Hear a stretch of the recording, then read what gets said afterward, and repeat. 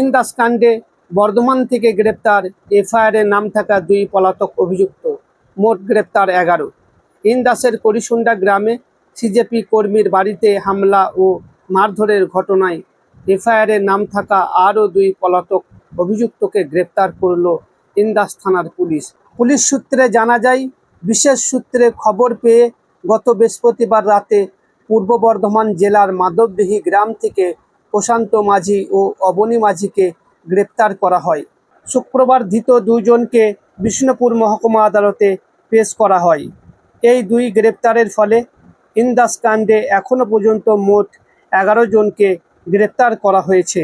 Police জানিয়েছে, ধৃত 2 জনের কোনো রাজনৈতিক পরিচয় জানা যায়নি। ঘটনায় আরও কেউ যুক্ত রয়েছে কিনা তা খতিয়ে দেখা হচ্ছে। উল্লেখ্য, গত 13ই আগস্ট রাত্রে করিসুন্ডা গ্রামে স্থানীয় সিজেপি কর্মী আব্দুল হাফিজের বাড়িতে হামলা চালানোর অভিযোগ উঠে একদল দুষ্কৃতীর বিরুদ্ধে। হামলায় আব্দুল হাফিজ এবং তার বাবা মোহাম্মদ মাফিক গুরুতর আহত হন। পরে বর্ধমান মেডিকেল কলেজে চিকিৎসাধীন অবস্থায় মৃত্যু হয় মোহাম্মদ মাফিকের। ঘটনার পর 16ই আগস্ট মৃতের স্ত্রী হাসিনা বেগম ইন্দাস থানায় 5 জনের নাম উল্লেখ করে এবং আরও কয়েকজন অজ্ঞাত ব্যক্তির বিরুদ্ধে লিখিত অভিযোগ দায়ের করেন।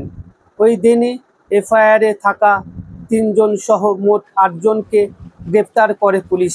পরবর্তীতে বুধবার রাতে আরও 1 জনকে গ্রেপ্তার করা হয়।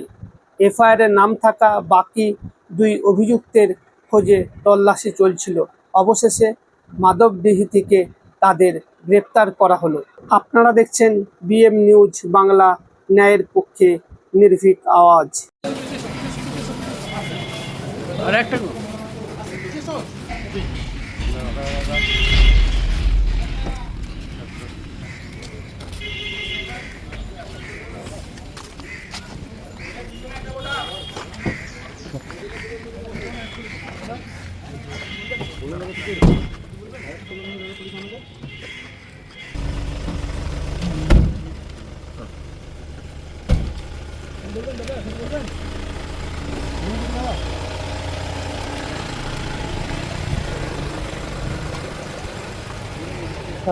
তদন্তের কি অগ্রগতি ঘটেছিল সেটা আমরা জানিয়েছিলাম। তো সেই সূত্রেই আমরা জানাতে চাই যে আপনারা জানেন যে যে অভিযোগ জমা পড়েছিল সেখানে 5 জন এফআইআর ছিল। তো আমরা ঘটনার দিন আমরা 5 জনের মধ্যে 3 জন আসামিকে অ্যারেস্ট করেছিলাম এবং এর বাইরেও আরো 5 জন, অর্থাৎ টোটাল 8 জনকে অ্যারেস্ট করেছিলাম। সেই সূত্রে বলি আমরা যে আমরা গতকাল যে এফআইআর 2 জন বাকি ছিল সেই 2 জনকে আমরা অ্যারেস্ট করেছি। তাদের নাম হচ্ছে প্রশান্ত মাঝি এবং অবনী এলাইস পিন্টু মাঝি। এই 2 জনকে আমরা কালকে অ্যারেস্ট করেছি। না, এখন অব্দি এতে পলিটিক্যাল ব্যাকগ্রাউন্ড কিছু না। অভিযোগে যাদের নাম ছিল তাদের মধ্যে আমরা 5 জনকেই এখন অব্দি অ্যারেস্ট করতে পেরেছি।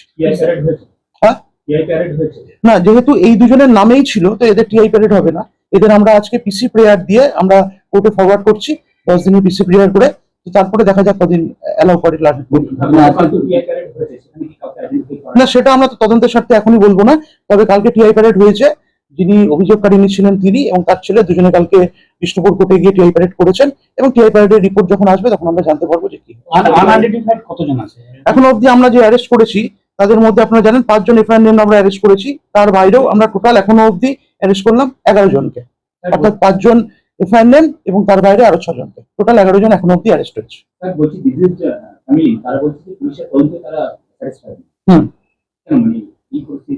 তো এখনো অবধি আমরা তদন্ত যেভাবে চলছে তদন্তের সমস্ত অ্যাঙ্গেলগুলোই আমরা খতিয়ে দেখছি এবং যারা যারা এর সঙ্গে যুক্ত ছিল সেটা অভিযোগকারী যেটা অভিযোগ করেছিলেন তাদের প্রত্যেকেই অ্যারেস্ট হয়েছে এবং তদন্ত ঠিক পথেই এগোচ্ছে এবং আমরা ইনভেস্টিগেশনের প্রত্যেকটা অ্যাঙ্গেলই আমরা খতিয়ে দেখছি এবং আমরা ইনভেস্টিগেশন ঠিক পর্যায়ে চলছে। ফরেনসিক দল তো গিয়েছিল, হ্যাঁ, ফরেনসিক দল ওখানে গিয়েছিল। যাওয়ার পরে ওখান থেকে যে সমস্ত তথ্য বা যে সমস্ত এভিডেন্স তারা কালেকশন করেছেন সেটা আমরা তাদের কাছ থেকে সংগ্রহ করেছি। সেটা তদন্তের সাথে কাজে লাগবে। হ্যাঁ, একদম, সেটা তদন্তের সাথে কাজে লাগবে এবং সেই তদন্তে আরো কেউ যুক্ত আছে নাকি সেটাও আমরা তার থেকে জানতে পারবো।